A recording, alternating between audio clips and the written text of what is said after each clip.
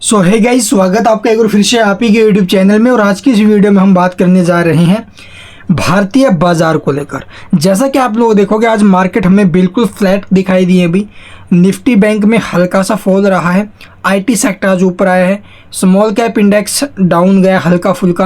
यानी कि आज देखा जाए तो मार्केट फ्लैट रहा है, ना तो मार्केट में कोई बड़ा ऊपर की तरफ मूव आया ना नीचे की तरफ आया है, जो कि स्ट्रेंथ दिखा रहा है मार्केट की। ठीक है, यानी कि न तो यहाँ पर बायर जो ना भी हावी होने दे रहे हैं सेलर को, और ना सेलर हावी होने दे रहे हैं वायर्स को। ठीक है, तो ये हमें देखने को मिला है। हालांकि आज आपको एफआईडीआई का डाटा चौंकाने वाला देखने को मिला, प्लस एक खबर आई है अभी, और उस खबर के बेस पर हम डिस्कस करेंगे आगे कैसा क्या माहौल बन सकता है। अभी के टाइम में यूरोपियन बाज़ारों की अगर बात करें तो धमाकेदार जो तेज़ी है वो हमें देखने को मिल रही है अभी के टाइम आप लोगों के सामने है। इसके अलावा यूएस मार्केट में भी आप लोग देखोगे भी जो संकेत है वो फ्लैट से ही है, हल्का फुल्का आप लोग देखोगे। डाउ जोन्स है ये तेज़ी में है भाई, और नेस्डैक और S&P 500 इनमें गिरावट है, रसल में गिरावट है। और फ्यूचर की बात करें तो नेस्डैक, ये जो S&P 500 है, नेस्डैक है, डाउ जोन्स है, ये हमें गिरावट में दिखाई दे रहे हैं। तो यहाँ से भी मिले जुले संकेत ही भी, कुछ एक तरफा वाले न्यूज़ संकेत नहीं है कि मार्केट में रैली ही बनेगी या फिर मार्केट में गिरावट ही होएगी। ठीक है, लास्ट में क्लोजिंग कहाँ पर लेते हैं वो मेन रहेगा। तो चलिए अब आपको मैं डाटा वगैरह दिखाता हूँ और न्यूज़।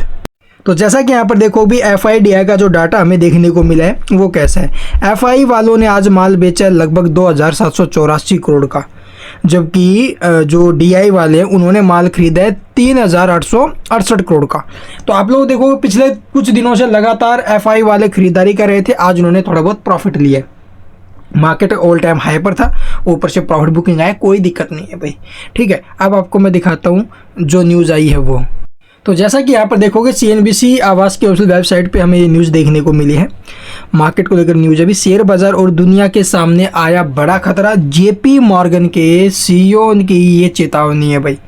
ठीक है, यानी कि शेयर बाजार और दुनिया के सामने एक बड़ा खतरा है, ये JP मॉर्गन के CEO ने चेतावनी दी है। तो क्या ऐसी खबर आई है अभी सामने, तो ये आप लोगों ने मार्केट क्लोजिंग के बाद न्यूज़ आई है, तो देखते भी क्या न्यूज़ है और इनका क्या कहना है इन सब के ऊपर। तो इनका कहना है भी जेमी डिमन ने बताया कि जियोपॉलिटिकल टेंशन बेहद गंभीर रूप लेती हुई दिख रही है। ये दुनिया का सबसे बड़ा जोखिम है। JP मॉर्गन चेस के CEO ने फिर से चेतावनी दी है, और उन्होंने ये बातें CNBC TV 18 के खास बातचीत जो है या फिर खास जो इंटरव्यू है में कही है।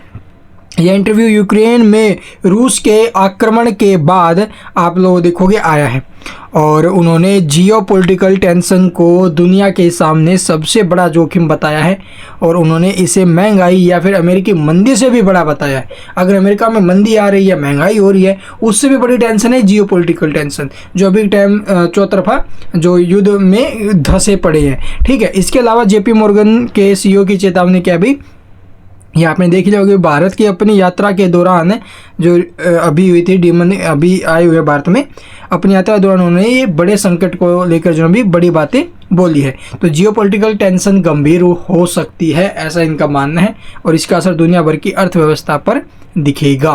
ठीक है, तो इस वजह से आप लोग देखोगे आगे चल के थोड़ा सा इम्पैक्ट आ सकता है अभी। ठीक, अब भगवान ही जानता है कि कौन सा देश आप लोग देखोगे इसमें शामिल होने या फिर होने जा रहा है। इस समय आपके नज़दीक काफ़ी जंग या फिर जो ना भी जंग जैसे हालात बने हुए हैं, तो कौन सा जाने पता नहीं कौन सा देश इन सब के अंदर शामिल हो जाए, कौन सी जंग में शामिल हो जाए, ये किसी को नहीं मालूम है भाई। ताइवान, चाइना, इधर उनके जो हालात है वो आपने देखे होंगे। ठीक है, इधर आप लोग देखोगे भी रशिया यूक्रेन का चल रहा है काफ़ी टाइम से, और अभी ये जो इजराइल हमास और ये लेबनान, ये आपने देखा होगा माहौल गर्मा गर्मी वाला है। तो ये सारे माहौल जो ना भी आने वाले टाइम में थोड़े से टेंशन बढ़ा सकते हैं मार्केट में।